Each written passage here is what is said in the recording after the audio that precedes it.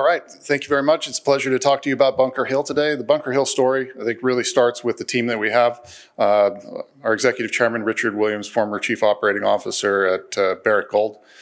He was brought in to do an operational turnaround with Barrick, and over a 2-year period, doubled the operating margin in a declining metal price environment. I was with Barrick as well, ran the Lumwana copper mine. We executed a pretty significant operational turnaround there. David Wiens, our chief financial officer, comes to us, among other places, from SSR Mining. And Brad Barnett, our vice president of sustainability, ran all of Barrick's global closure sites. When Barrick went through the Rand-Gold merger, a lot of us moved on. And we stayed in contact through that period of time. I went to graduate school, and Richard was sitting on some boards and doing some consulting. And we really were looking for an opportunity to do something more entrepreneurial in the mining space. So we were looking for assets. We looked at a lot of assets, but really what we were looking for is something that was multi-generational in life, had a world-class mineral potential, something that could be the cornerstone asset of what we seek to build, which is a multi-asset mid-tier mining company, particularly in the context of delivering metals to global energy transition, along with a little bit of a precious component as well.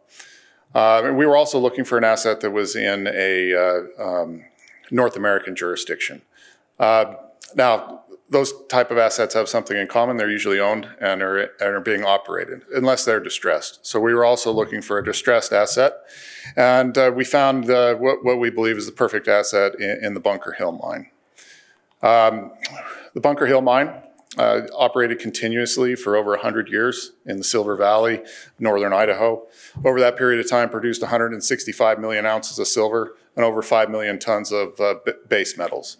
Really an iconic mine in U.S. mining history. Instrumental supplier of lead, zinc, and silver through the Industrial Revolution and 2 world wars, all the way up until 1980.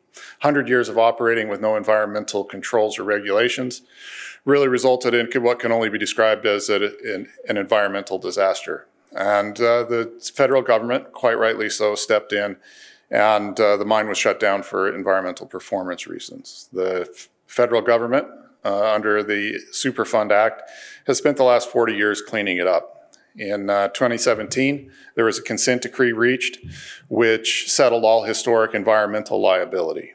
In 2020, the team that I introduced you to joined what was essentially a dormant company. Treasury was empty, and the company didn't even actually own the asset. There was a lease with an option to purchase the asset.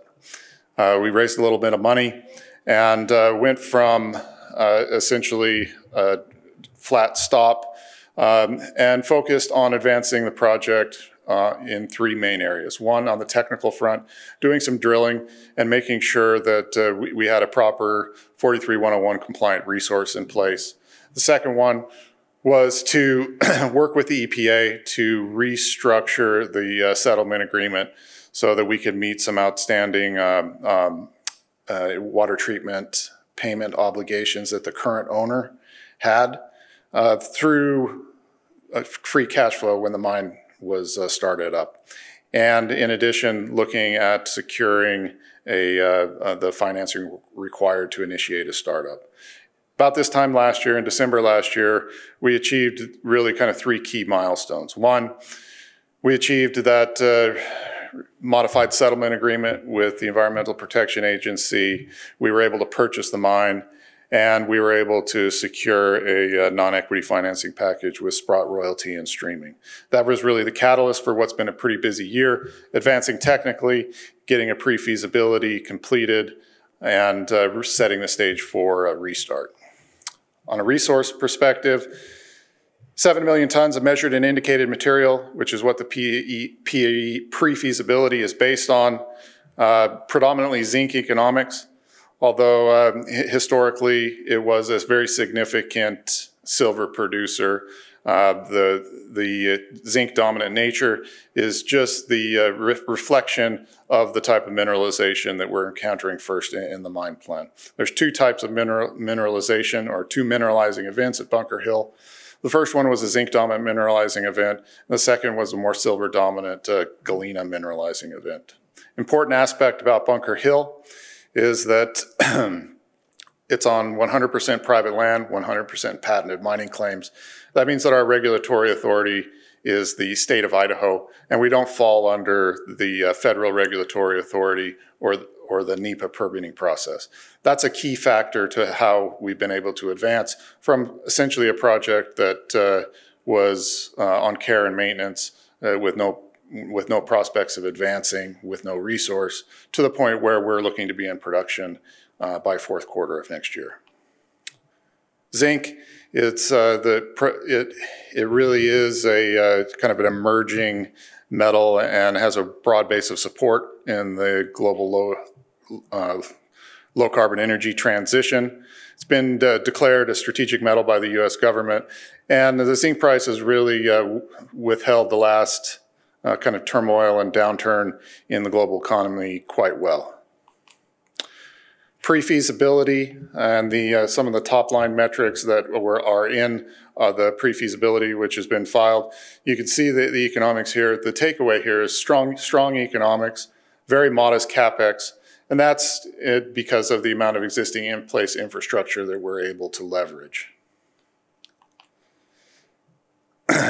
This is the reserve base from the last 15 years that the mine was in production. So you can see a strong track record of resource conversion and resource expansion. We expect this to continue as we move forward as well, particularly when we focus on the resource conversion of the 7 million tons of inferred mineralization that we have to work with, in addition to the measured and indicated. Just a view of the mine plan. You can see the water level is at the 11 level in the mine. We are currently pumping and drawing the water table down. But that being said, the first 3 to 5 years of mine life are above the water table. And with a modest increase in pumping capacity, we'll stay well ahead of the mining front. We're currently in the process of conducting some development at the top of the mine to gain access to the first areas of mining. With the amount of existing in-place infrastructure, our access to mineralization is actually quite well advanced, meaning that critical path is the construction of the processing plant.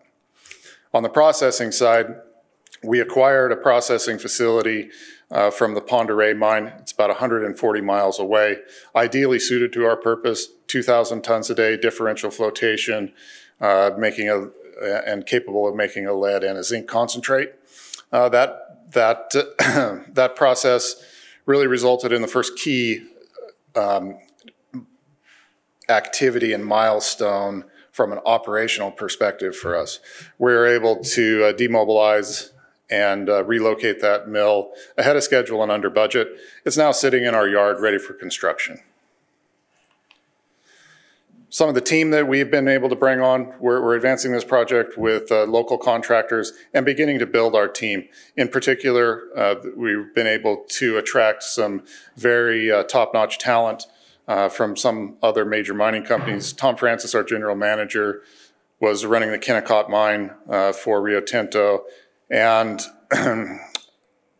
Mike Eisland has recently joined us. He's on the processing side, and he was the former processing manager who ran Barrick's North American processing facilities. Development timeline, we're on track to initiate and complete construction and move into commissioning late Q3, early Q4 next year at an 1,800 ton a day throughput rate, generating a zinc concentrate and a silver enriched lead concentrate.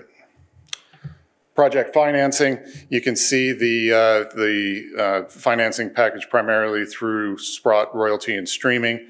We have the royalty and 2 convertible debentures have closed, and we're nearing release of the multi-metal stream.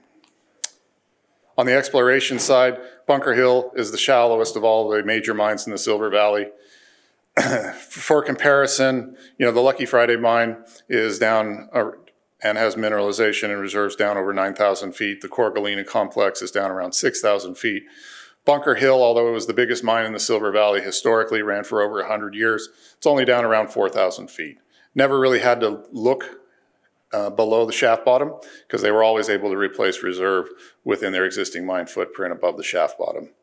That presents a pretty interesting exploration upside, not only for mine life expansion, but for bringing the leverage of additional silver into the plant at depth. And we have quite a large footprint to work with as well. In purple, you can see the existing mine footprint. Blue, that's our claim package and the mineralization and the claim package that we control. We ran a geophysics survey last year, came back with 2 very strong anomalies. Although exploration is not our focus right now, it's development and restart of the mine. These are 2 pretty interesting opportunities that we'll be looking to follow up with on the exploration front.